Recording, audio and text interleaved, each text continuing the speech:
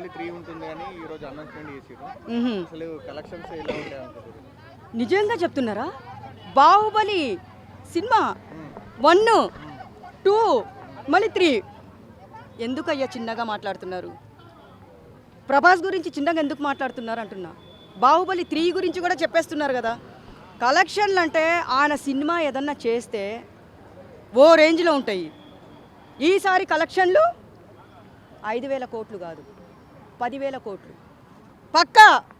ఇంకా నేను ఎక్కువ చెప్పచ్చు, కానీ నా అంచనా ప్రకారం అది కూడా బాహుబలి సినిమా చూసిన వాళ్ళు 1 కానీ 2 కానీ చూసి ఇప్పుడు 3 కానీ ఇంకా రిలీజ్ అవుతుంది అని చెప్తే, రిలీజ్ కాదు మూవీ ఇంకా తీయలేదు కదా, రాబోతుంది కదా. ఆయన సినిమా కోసము ప్రభాస్ ఫ్యాన్స్ ఎంతమందో తెలుసా మీకు? పిచ్చోళ్ళు అయిపోతున్నారు. ప్రభాస్ అంటే ఆ పేరు వినంగానే పిచ్చోళ్ళు అయిపోతున్నారు. అలాంటిది బాహుబలి 3 మూవీ తీసిన తర్వాత బడ్జెట్ కానీ మన కలెక్షన్ పరంగా కానీ అంచనా వేయడము చాలా మనము అనుమానించాలి. ఎందుకంటే అనుమానించాలి కాదు అంటే అమ్మ పార్ట్ 1 పార్ట్ 2 తోటి మన తెలుగు సినిమా రేంజ్ ఎక్కడికో తీసుకెళ్లిపోయారు ప్రభాస్ గారు. అవునవును. ఇప్పుడు 3 తీస్తే ఎలా ఉంటది? పాన్ ఇండియానే కాదు, ఇక ఇంటర్నేషనల్ వైడ్ గా వెళ్ళిపోతాం అనుకోవచ్చా? దాంట్లో మీరు ఆలోచించాల్సిన అవసరం లేదయ్యా.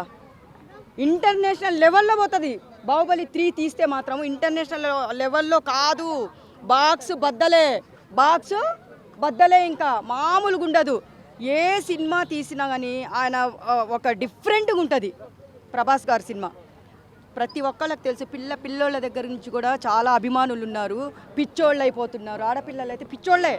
అలాంటిది 3 వచ్చిందంటే మనం నిజంగా చాలా గర్వంగా ఫీల్ అవుతున్నా నేను. కొంతమంది మాత్రం ఆల్రెడీ బాహుబలి 1, 2 కోసం ప్రభాస్ 5 years కష్టపడ్డాడు. మళ్ళీ 3 అంటే ఇంకో 5 ఏళ్ళు అవుతాయి, సో ఎందుకు అవసరమా అని అంటున్నారు. దాని గురించి చూడండి, అలా చెప్పుకునే వాళ్ళు చెప్పుకోనివ్వండి. ఎందుకంటే మనము 5 ఏళ్ళు కాదు, వాళ్ళు కరెక్ట్గా కష్టపడి పనిచేసి షూట్ చేసి సినిమా రిలీజ్ చేశారంటే 3 years చాలు.